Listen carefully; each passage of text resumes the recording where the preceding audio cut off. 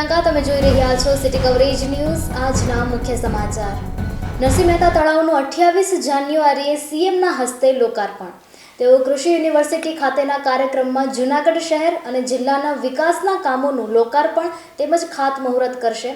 દરમિયાન તે પહેલા તેઓ નરસિંહ મહેતા સરોવર ખાતે બપોરે 3:30 વાગ્યા આસપાસ આવશે. અહીં તેઓ રિબિન કાપી નરસિંહ મહેતા સરોવરની તકતીનું અનાવરણ કરશે અને તળાવને ખુલ્લું મૂકશે. સાથે જ નરસિંહ મહેતાની પ્રતિમાને પણ ખુલ્લી મૂકશે. દરમિયાન ઉદ્ઘાટનને લઈને નરસિંહ મહેતા સરોવરના તળાવના દરવાજાથી લઈને પેટ્રોલ પંપ સુધીની ગ્રીલને 1000થી વધુ સિરીઝની લાઇટિંગથી ઝળહળતી કરવામાં આવી રહી છે. જૂનાગઢના ભેસાણ રોડ સ્થિત નોબલ યુનિવર્સિટી ખાતે દર વર્ષની જેમ આ વર્ષે પણ તારીખ 22 ફેબ્રુઆરી 2026 રવિવારના નેશનલ લેવલનો mega youth festival Noble Endeavour 2026 યોજાશે. આ સમગ્ર ઇવેન્ટનું આયોજન નોબલ યુનિવર્સિટીના વિદ્યાર્થીઓ દ્વારા કરવામાં આવ્યું છે. ઇવેન્ટમાં live music concert, fashion show, dance, standup comedy, food stall, motivational workshop તેમજ વિવિધ ટેકનિકલ, કલ્ચરલ, મેનેજમેન્ટ અને સ્પોર્ટ્સ આધારિત સ્પર્ધાઓ જેવી કે solo group dance, reel making, photography, rangoli, mehndi, poster pop, standup comedy, voice of Endeavour, e sport, treasure hunt, techno management quiz, case study, essay writing અને shark tank જેવી કોમ્પિટિશન્સનું આયોજન કરવામાં આવ્યું છે. 1.2 કરોડની વેલ માછલીની ઉલટી સાથે એક શખ્સને ઝડપી લેતી એસઓજી. મૂળ ભાવનગર જિલ્લાના બહારપરા વિસ્તારનો પંકજ નાથાલાલ કુબાવત, ઉંમર વર્ષ 72, વેલ માછલીની ઉલટી એટલે કે અંબર ગ્રીસનું વેચાણ કરવા માટે ગ્રાહક શોધવા વિજાપુરના પાટિયા પાસે ઊભો હતો. ત્યારે એસઓજી પીઆઈ એ.કે. પરમાર અને સ્ટાફે તેને ઝડપી લીધો હતો. આરોપીને આગળની કાર્યવાહી અર્થે જૂનાગઢ તાલુકા પોલીસ સ્ટેશને સોંપવામાં આવેલ છે. તેમજ આગળની તપાસ અને કાર્યવાહી ગુજરાત ફોરેસ્ટ વિભાગ, ડુંગર દક્ષિણ રેન્જ જૂનાગઢને સોંપવા માટે તજવીજ કરવામાં આવી છે. જૂનાગઢના દોલતપરામાં આવેલ માર્કેટિંગ યાર્ડમાં નવા ચણાની આવક થઈ છે. ખાસ કરીને જસદણ પંથકમાંથી 50થી 60 મણ નવા ચણા આવ્યા હતા. કુલ 143 ક્વિન્ટલ ચણાની આવક થઈ હતી. ચણાનો 20 કિલોનો સૌથી નીચો ભાવ 950 રહ્યો હતો, મધ્યમ ભાવ 1050 રહ્યો હતો અને સૌથી ઊંચો ભાવ 1160 રૂપિયા રહ્યો હતો. જ્યારે સફેદ કાબુલી ચણાની પણ આવક થઈ રહી છે.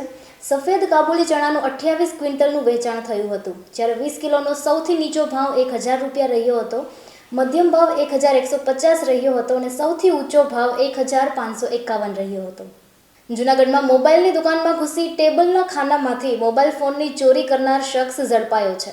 એ ડિવિઝન પોલીસે આરોપીને ગણતરીની કલાકોમાં જ ઝડપી લઈ તેની પાસેથી 29,999નો મોબાઈલ ફોન કબજે કરી અને ધોરણસરની કાર્યવાહી હાથ ધરી છે. જૂનાગઢ કોર્ટે ચેક રિટર્નના કેસમાં અમદાવાદના ટ્રાન્સપોર્ટરને 1.5 વર્ષની સાદી કેદની સજા ફટકારી છે. ઉપરાંત 13 લાખની રકમ સાથે 26 લાખ રૂપિયાની રકમ ચેકની તારીખથી ચૂકવણીની તારીખ સુધી 9% સાદા વ્યાજ સાથે ફરિયાદીને ચૂકવી આપવા માટે આરોપીને હુકમ કર્યો છે. જૂનાગઢમાં દેશભક્તિ ગીતોનો કાર્યક્રમ યોજાશે. આ કાર્યક્રમ 25 જાન્યુઆરી રવિવારે સાંજના 6 વાગ્યે ઝાંઝરડા મેઇન રોડ સ્થિત પેરી પ્લાઝા કોમ્પ્લેક્સ ખાતે યોજાશે. નવકાર કરાઓકે મ્યુઝિકલ ગ્રુપ દ્વારા આયોજિત અને જય ભવાની જ્વેલર્સના શુભેચ્છા સાથે યોજાનાર દેશભક્તિ ગીતોના કાર્યક્રમમાં 12 કલાકારો દેશભક્તિ ગીતો રજૂ કરશે. આ કાર્યક્રમ તદ્દન ફ્રીમાં હોવાથી જૂનાગઢની કલાપ્રેમી જનતાને આ કાર્યક્રમમાં ઉપસ્થિત રહેવા માટે આયોજક મનીષભાઈ દોશીએ અનુરોધ કર્યો છે. જૂનાગઢની પ્રતિષ્ઠિત સંસ્થા બહાઉદ્દીન સરકારી વિનયન કોલેજમાં સર્જનાત્મક અભિવ્યક્તિ ધારા અંતર્ગત વિદ્યાર્થીઓની પ્રતિભાને ખીલવવાના હેતુથી વિવિધ સ્પર્ધાઓ અને વિશેષ વ્યાખ્યાનનું આયોજન કરવામાં આવ્યું હતું. જેમાં સરકારી વિનયન કોલેજના ભેસાણના ગુજરાતી વિષયના પ્રાધ્યાપક જયંત કોરડિયાએ કવિતાના વિવિધ પાસાઓ પર પ્રકાશ પાડ્યો હતો. તેમજ વિદ્યાર્થીઓને કાવ્ય સર્જનનો ગૂઢ મર્મ અને તેની બારીકીઓ વિશે ઊંડાણપૂર્વક સમજ પૂરી પાડવામાં આવી હતી. જૂનાગઢ મહાનગરપાલિકા દ્વારા મધુરમ ટીંબાવાડી દીપાંજલિ વિસ્તારમાં પીવાના પાણીની લાઇન નાખવાની કામગીરી કરવામાં આવી છે. પરંતુ આ કામગીરીમાં અનેક ક્ષતિઓ રહી ગઈ છે. જેને કારણે છાશવારે ઠેક ઠેકાણે પાણીની લાઇન લીકેજ થઈ જતા હજારો લીટર શુદ્ધ પાણીનો બેફામ રીતે વેડફાટ થઈ રહ્યો છે. પાણીની લાઇન લીકેજનો સિલસિલો હજુ યથાવત રહેવા પામ્યો છે. દરમિયાન દીપાંજલિ સોસાયટીના નાકે આવેલ દ્વારકાધીશ એપાર્ટમેન્ટ ક્રોમા સેન્ટરની પાસે રોડ ઉપર પાણીની લાઇન લીકેજ થઈ જતા હજારો લીટર શુદ્ધ પાણીનો વેડફાટ થયો છે. શ્રી કારડિયા રાજપૂત સમાજ જૂનાગઢ શહેરનું સ્નેહ મિલન સમારોહ માવસીભાઈ બારડના અધ્યક્ષ સ્થાને યોજાયું હતું.